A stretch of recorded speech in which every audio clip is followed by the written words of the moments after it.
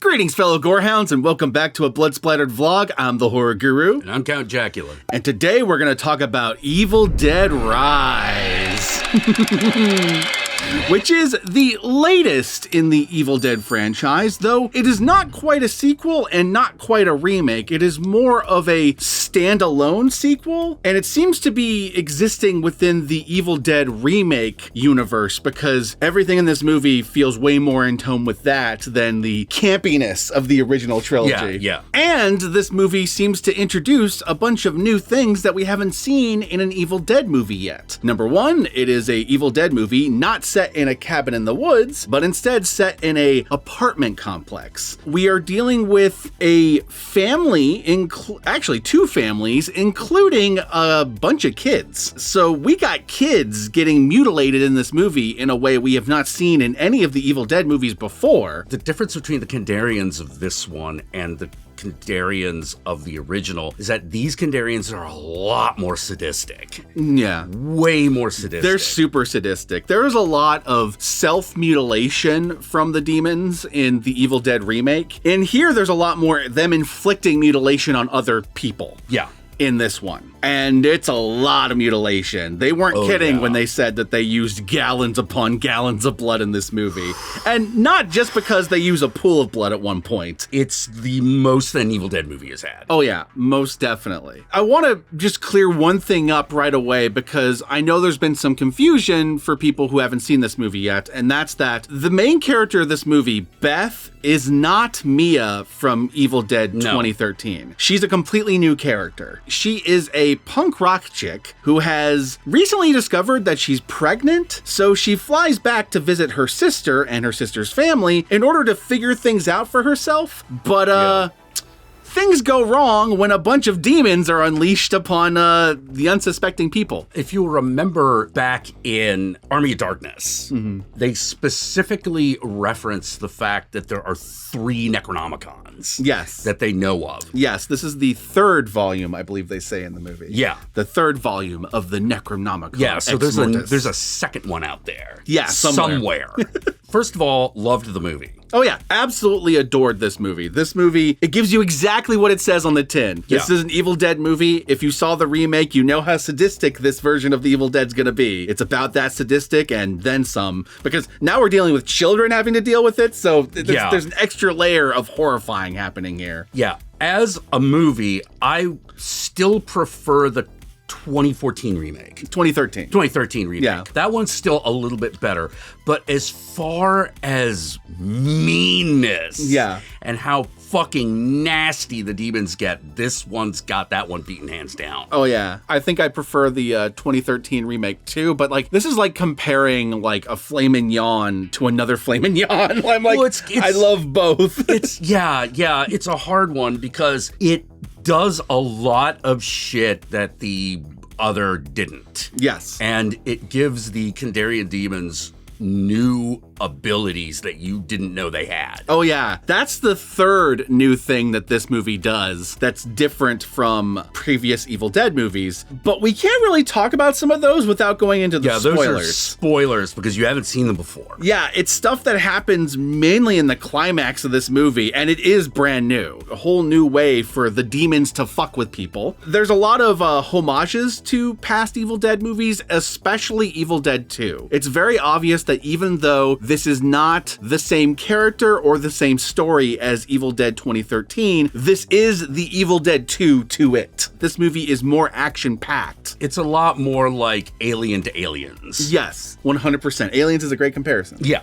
Great comparison. Yeah, this movie also has a higher body count. Yes. There's characters that are introduced that are basically just there to be a body count, but they're viscerated so horribly that you can't help but feel bad for them. Yeah. It doesn't help that some of them are also children, so that just inherently, even if you don't know the personality of this child, it is still a child being killed by a demon. Yes. Which actually leads into the overall theme of this movie, because much like Evil Dead 2013, which had a reoccurring theme of drug addiction. This movie deals a lot with motherhood. Yeah. You have the main character who is discovering that she is going to be a mother soon and trying to figure out what to do with that. And on top of that, you have her sister, Ellie, who is the face of this movie, so to speak, that you see in all the marketing, that creepy possessed no wonder. demon. Holy crap. She is a demon mother who is mutilating her own children.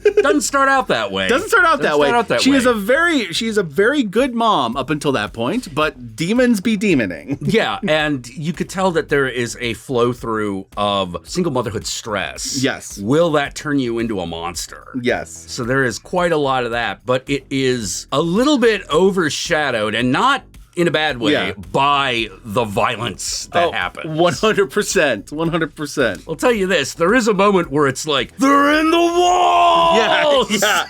Which is a very Aliens moment, right? Yeah. 100%. That's the thing I actually gotta commend this movie for. Despite setting the movie in the big city and setting it in an apartment complex, they actually did a good job of still managing to capture that feeling of total isolation. Yes. And inability to escape what is happening. Yeah, because the building is being condemned. They're all being forced to move out. No one is left there except for a handful of people. Yep. And the movie opens with an earthquake. Stairways are unusable and shit like that. Yeah. Was this in Southern California or was it like in Chicago? It was LA. It was LA? Okay. The only reason why I remember it was LA because the main character says she just got out of LAX.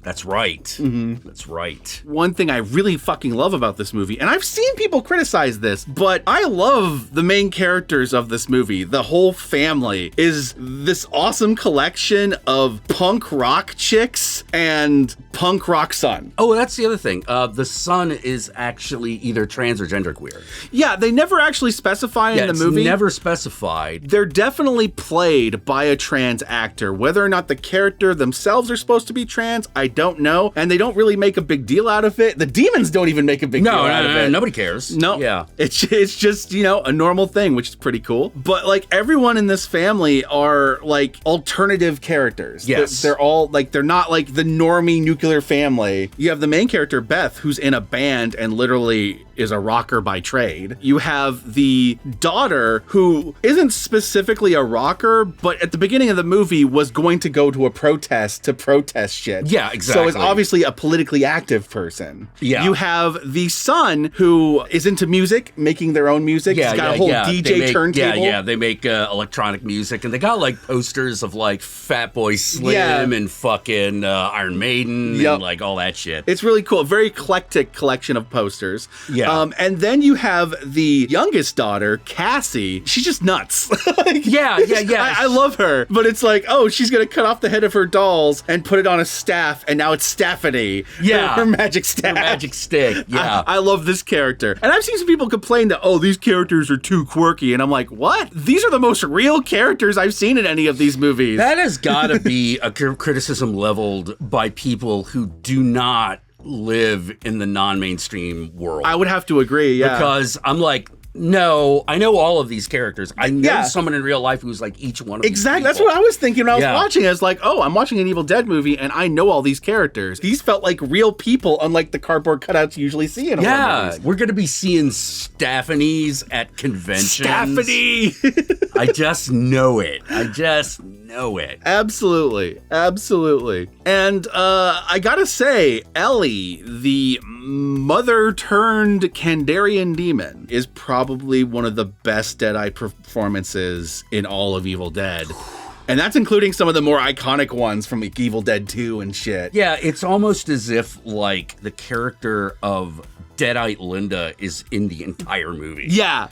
Taken to 11, too. Taken to 11. And made more crap. Mean. Yeah, way more sinister. Yeah. She also 100% gave me those, like, I am frightened and aroused. Yeah. things watching her. She is both beautiful and terrifying. Yeah. I do have one criticism of the movie, though, and it's a very minor criticism. Sometimes it would do this thing where it would show us the pages of the third volume of the Necronomicon moving on their own, and then like landing on a page, and the implication being this is what we're about to see. Like this demon is about to happen. And for most of the movie, it pretty much mirrored what was on the page, but there was one point in which it landed on a page, and it was like a face with like tentacles coming out. Yeah, that's like the one thing we didn't see. And instead of seeing a face with tentacles coming out, we just see a face and she like barfs a couple worms. And like, it was not quite what I had imagined or hoped for from that picture. Yeah, I'm wondering if that was like a budget thing where they're like, oh, god damn it, we can't do this. It's not working. I can only assume. And it's the only minor criticism I really have of this movie is that I would have liked to have seen the actual tentacles coming out of the mouth. Yeah, that might have actually taken it over the top. Yeah. You know? Like, sure, it would have been very Lovecraftian, but this movie actually already is going in a more Lovecraftian direction with some of the shit it had. Plus, the Necronomicon's from Lovecraft to begin with. Like, yeah. You can't complain that something's getting too Lovecraftian. Yeah. Come on, man. Not unless we get into that racism. Then maybe we're getting too Lovecraftian. Yeah. So, Evil Dead Rise. I highly recommend this movie. It is a blast. It is currently kicking ass at the box office, proving that horror continues to be a win in terms of box office returns, and that makes me very happy. There is a cat in this movie that I'm pretty sure dies, but I honestly don't remember how, so... It's not graphic. Yeah. It's not graphic, but it's definitely okay, that cat's dead. Yep, there's a dead cat, and not just a microphone cover. Yeah. There's a dead cat. Yeah, there's a dead cat. And as we've said before, children are brutalized in this movie. So if that is a personal trigger for you, then this might be the one Evil Dead movie to stay away from. But if you're okay with that, then this is a must-see. And with that said, let us move on to the spoilers.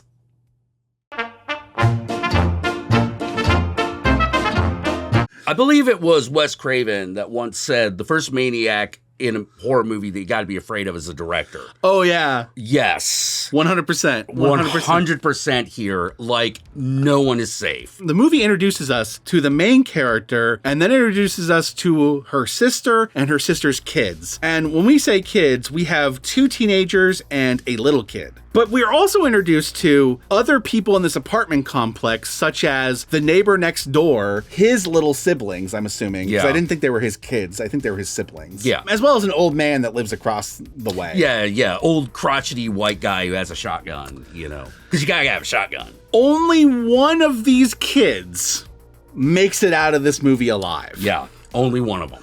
Only one of them. And that gets gnarly. Oh yeah. When the really little kid that lives across the way, when his arms get like ripped off and he's thrown against that fucking wall, and then he's just in the background of that hallway shot for the rest of the movie. Yeah. That took some balls. Yes. Bridget, who is the daughter of the possessed mom, she gets it pretty bad too. Oh, yeah. She gets scratched in the face, and that's how she starts to get possessed. It starts making her barf up worms and shit like that, and then, like, having her try to kill her brother. She takes a cheese grater to her cheese grater to her aunt. Yeah. Whoa. Kudos to the sound crew on that one. Oh, the sound design of this movie in general was pretty fucking magnificent. Yeah. You should see this in theaters for the sound design alone, in my opinion. Agreed. Agreed. There's a scene in which a character in an elevator is basically like contorted by straps of the elevator flying through the wall and like latching onto them like Hellraiser style, but instead of like piercing their skin, they're like contorting the body in like a pretzel and breaking the bones. Yeah, there's a lot of mangling. The first one who's possessed is still possessed by the Raimi cam. Yeah. Which is done with a drone in this movie, and they even make it a bit by having like someone like get attacked by a drone. It's pretty... Yeah. The movie is bookended by a cabin in the woods sequence where basically you have a cast of characters that isn't even the main cast discovering the Kandarian demons, like encountering them. Quick cuts to this apartment building, and at the end of the movie, it returns to them for like one last scene. Yeah, because it turns out that one of them was living in the building, and at the end of the movie, when the main characters get away, they get possessed on their way to their cabin in the woods. Yeah. It has nothing to do with the main plot, but it is a nice little homage to the fact that Evil Dead's usually in a cabin, right? Yeah.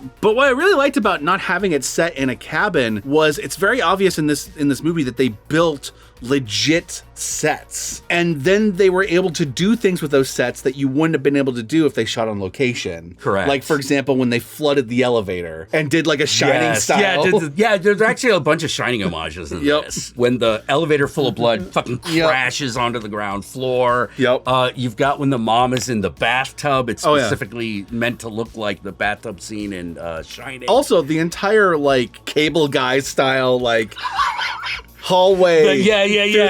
Through the people shot. Yeah. A lot of that is very reminiscent of like Jack Torrance, Let Me In. Let me in. There's even a scene where she's like getting the littlest daughter to let her in. Yeah. Now that you mention it, now I'm seeing the references to the Cable Guy. Well, here's the thing. The actress said that she based some of her performance as the possessed mom off of Jim Carrey in The Mask. Oh, that makes sense. Yep. That makes sense. Which is like, I get it. I get it. But the big thing this movie does that is completely new as far as I can remember, this has a scene where all the demons in the apartment complex fuse together into one big, like, Resident Evil style monstrosity. Yeah. And Beth has to, take a chainsaw to it. And also throw it in a wood chipper, which, to be fair, the wood chipper is there at the very beginning of the movie, but it is one of those, that being there was a little convenient. Super convenient. Yeah. They work in the shotgun a lot better. Yeah. Like having the neighbor next door bring out his shotgun to deal with the demons. Yeah. It worked a lot better. And yes, there is a scene in which the characters are running from the demons and they're screaming, "Dead by dawn. Dead by dawn. Dead by dawn." Yep. And by the end of the movie, it basically culminates in a fight inside the parking garage between the monstrosity and Beth and Cassie, the littlest daughter. Yeah. And she throws it into a wood chipper. It's kind of like Aliens, get away from her, you bitch. Bitch, yeah, no, totally is. It's very Aliens. It totally is. If Newt was a little more useful in that scene. Well, you can tell that they based the sequence off the Alien Queen. Oh, very much. Like, they didn't have her in a power lift or anything. Right. But still, the way the monstrosity, like, fucking appears in the garage, you're like, okay, I see what you're doing. And the way it has her cornered and she has to go save it. She has to, much like Aliens, she has to be a mom. Yeah. Cassie has no one else but her aunt. Yep. And she has to somehow fight this thing hand to hand. Yep. No ranged weapons. Shotgun's gone. You got your fists and melee. The one character I really felt bad for in this movie is Danny the son. Poor guy's curiosity doomed everyone. Yeah. This fucking earthquake has opened up underneath the apartment building and there's this weird fucking chamber filled with all this old occult shit. What the fuck is this? Yeah. If you're in California, weird rooms with occult shit is not like so out of the ordinary you'd be afraid of it, right? Yeah. You'd be like, oh, maybe this was like an old Mason's building or something. Especially if you're an alternative family like this. Yeah. You could check it out. You could be like, oh, what is this? So, he goes down there and investigates, finds some old records, which, he has a turntable so he can play it. Yes. And finds the third volume of the Necronomicon. And I can't blame him for taking it because it looked so damn cool. Oh, yeah, absolutely. Oh, yeah, that was the other thing that was a lot like Evil Dead, which is the playing of the recording. Oh, yeah. Fun fact about that playing, Bruce Campbell's voice is on that recording. Nice. But unfortunately, because he gets curious and plays that fucking recording, his mom gets possessed, and he dies. His sister dies. His neighbors die. Yeah. His aunt and little sister get pretty fucked up by the end of it. If you don't know demons exist, can you really blame anybody? I couldn't blame him. Yeah. I couldn't blame him. I had a hard time blaming the people in the original Evil Dead because it's like, the fuck is this? What the hell's going on? If you don't know you're in a horror movie, like, oh man, that's kind of cool. I gotta open it up and see what's inside, right? Ash versus the Evil Dead, where he just gets drunk and high. Oh, yeah. That's what starts it? Yeah. Yeah, let me show you this. Ungam bindam Buddha. fucking great. There's a part of me that wants them to do like a Spider-Man No Way Home style Evil Dead movie that has Mia, has Beth, and has, I forget her name, but the girl from Ash vs. Evil Dead. Yeah. And has like the trinity of them. Yeah, just going through Evil Dead universes. Yeah. And like one's an animated universe. Yeah. Where can they find you, Count Jackula? Well, you can find me back on YouTube. Don't get too excited. I'm not doing full episodes yet, but I am streaming there these days because, Twitch is kind of not working out. Really too bad. But like, I came back to YouTube last week, and that's working out pretty well. Excellent. So you could find me there. Subscribe, and you'll get little notifications of when I stream. I still also send those notifications to Counting Jack at Twitter, and you can also find me on Instagram at Satanic Jackula. I'll be glad to see y'all there. What about you, man? Is it still all the same because somebody was able to fucking get that to happen? Y'all know me, I'm the Horror Guru. You can find me at the Horror Guru on Twitter, on Twitch, on Instagram, and Facebook. Just look up the Horror Guru or Blood Splattered Cinema and I'll be there. Yes, it's all the same. It's uniform. My apologies. And if you would like to help out either of us more directly, be sure to check out our Patreon pages. And remember, if you decide to go the Patreon route, even $1 a month can go a long way. Don't forget to like, comment, and subscribe. I forgot to say that earlier. And if you made it this far into the video, then I want you to comment below, and be sure to comment below using the hashtag #ArmlessBoy. Use the hashtag #ArmlessBoy. That way I know. That way Jack knows. That way the whole world knows you watched this video all the way through. Peace out, everyone.